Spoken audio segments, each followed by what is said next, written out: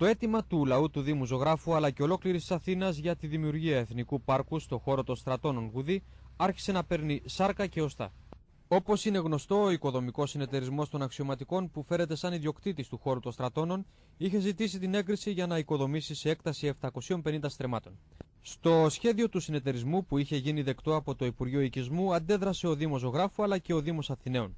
Τα ΔΕ δημοτικά συμβούλια απέρριψαν ομόφωνα την προτινόμενη τροποποίηση του σχεδίου πόλεως. Του Ζωγράφου, με πρωτοβουλία του Δήμου, συγκροτήθηκε Μεγάλη Επιτροπή Αγώνος, στην οποία μετήχαν εκπρόσωποι των συλλόγων και σωματείων της πόλεως, όπως επίσης και όλων των πολιτικών κομμάτων και οργανώσεων. Η Επιτροπή Αγώνος έκανε μεγάλη διαφωτιστική καμπάνια μέσα σε όλη την πρωτεύουσα, συγκέντρωσε δεκάδες χιλιάδες υπογραφές σε υπόμνημα και ενστάσεις κατά της απειλουμένης οικοπεδοποίησεως των στρατών Γουδί.